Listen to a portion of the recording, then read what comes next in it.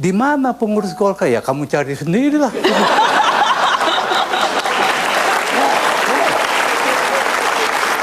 Baik.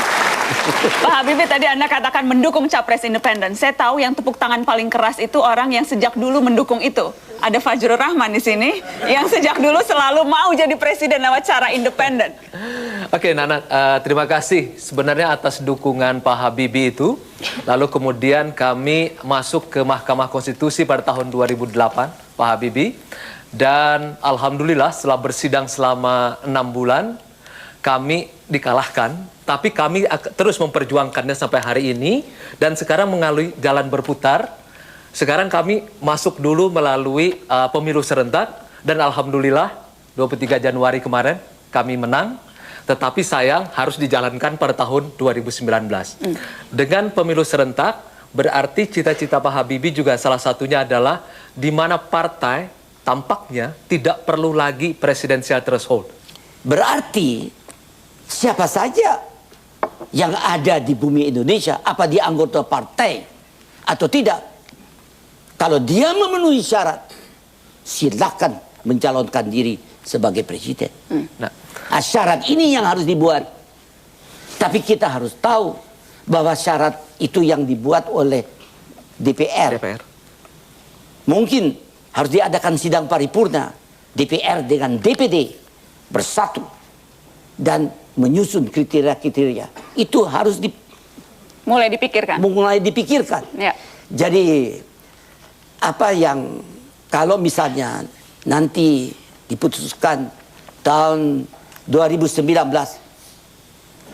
harus dilaksanakan pemilihan presiden secara serentak. Itu belum sempurna. Dia punya solution.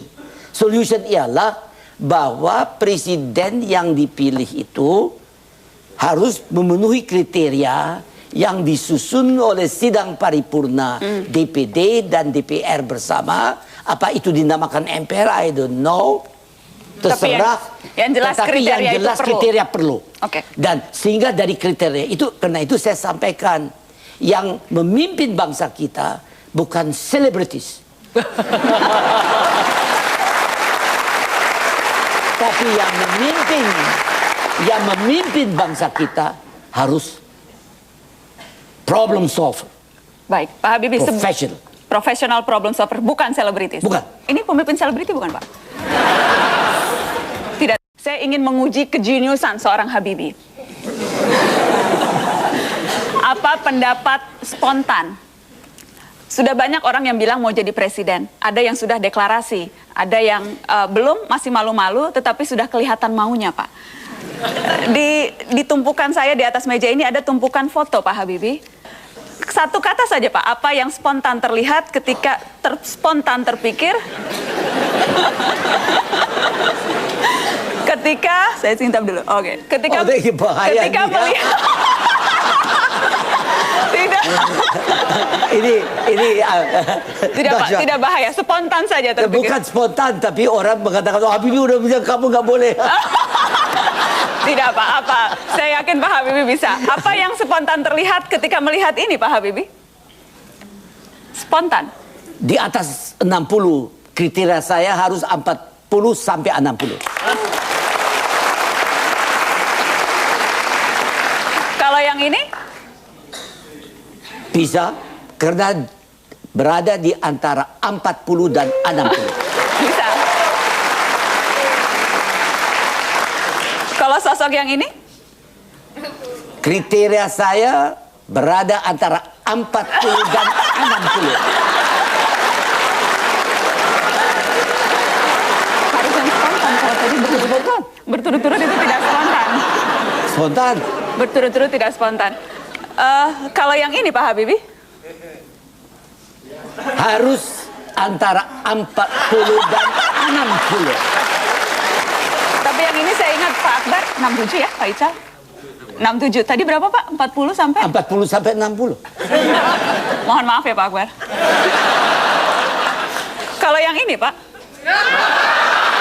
Sama. 40 dan 60. Saya tidak tahu umurnya berapa. 67 juga? Hah? 67 juga? Ya.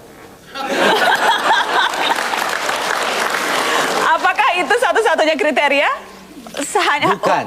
Kenapa? Itu- Apa pentingnya tapi harus kan- 40-60, Pak? Kita tahu dalam perjuangan bangsa Indonesia yang modern ada 3 generasi yang kita kenal. Generasi angkatan 45 yang hanya mengenal merdeka atau mati. Tidak ada kompromis. Dia lahirkan Pancasila, Undang-Undang Dasar. Dia perjuangkan, dia merebut semua sehingga kita merdeka.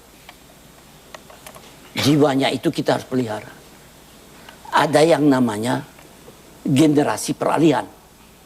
Itu definisi generasi peralihan. Ada suatu generasi yang pernah bekerja erat dengan angkatan 45. Tapi juga pernah bekerja erat dengan generasi penerus. Generasi 45 sudah tiada lagi. Ada beberapa di atas 90, atas 85, forget it. Generasi peralihan sedang di depan pintu. Pak Habibie termasuk di dalamnya. Yang di atas 60, saya masih masukkan generasi peralihan. Karena mereka adalah pernah bekerja sama dengan 45 dan generasi penerus. Oke. Jadi berarti mereka harus dalam hal ini rela menyerahkan kepemimpinan kepada generasi penerus. Dan generasi penerus itu kriterianya 40 sampai 60. Saya sekalian cek produser dulu. Kriteria yang lain mengenai detail itu saya serahkan dibicarakan di DPR dan DPD. Sesuai janji tadi saya mau mengklirkan supaya tidak salah, Pak Wiranto 66 tahun, Pak. Kemudian Pak Jokowi 52 tahun, Pak Prabowo 62 tahun, Pak Ical seperti yang tadi saya sudah hafal 67 tahun, kemudian Rhoma Irama. Ini pemimpin selebriti bukan, Pak? Tidak. Saya tidak kenal. Tidak kenal Rhoma Irama. Tidak. Rasanya cuma Pak Habibie yang tidak kenal Rhoma Irama. Ya, saya tidak kenal karena saya nggak tahu siapa dia dan tidak tahu mainnya apa. Yang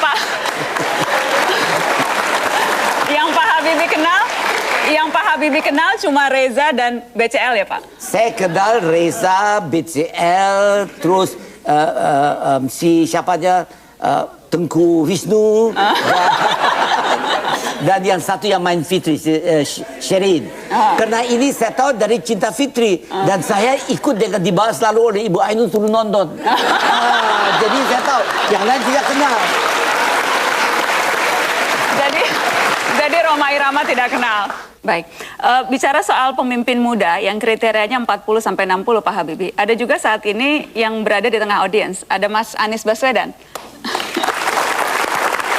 Mas Anies, apa hal yang Anda pelajari dari sosok presiden ketiga kita, Baharudin Yusuf Habibie? Pak Habibie ini menjadi pemimpin di era transisi. Dan kalau kita lihat di banyak tempat di dunia, tidak banyak orang yang memimpin era transisi dan bisa menempatkan dirinya sebagai negarawan. Banyak yang dalam era transisi menyiapkan sistem yang memungkinkan dia berkuasa terus-menerus.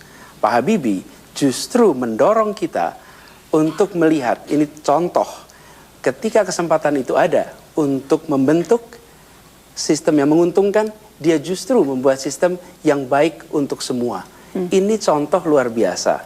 Lalu sesudah itu, Pak Habibie dalam waktu 517 hari, era kepemimpinan itu, menerbitkan lebih dari 57 undang-undang, 1 perpu.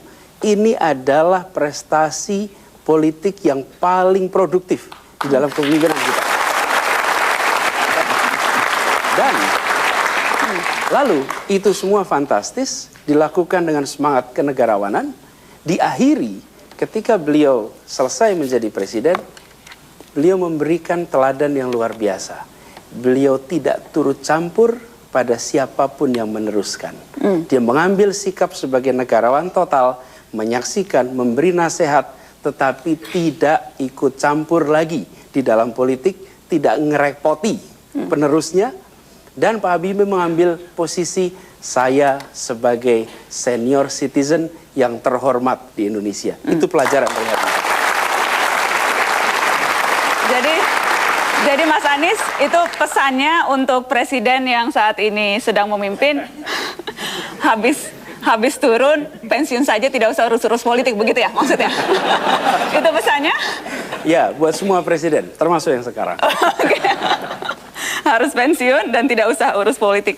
Pak Habibie, untuk menutup, saya teringat sumpah Pak Habibie yang begitu menggetarkan dada. Kalau boleh saya minta Pak Habibie membacakan lagi sumpah itu untuk audiens yang ada di sini dan juga pemirsa Mata Najwa. Oke. Sumpahku terlentang, jatuh, perih, kesal. Ibu Pertiwi, engkau pegangan janji pusaka dan sakti, tanah tumpah darahku, makmur dan suci. Hancur badan, tetap berjalan.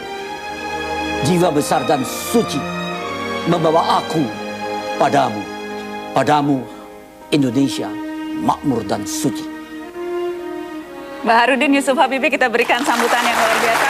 Terima kasih banyak sudah hadir di Mata Najwa malam hari ini. Terima kasih banyak Pak Habibie sudah hadir di Mata Najwa.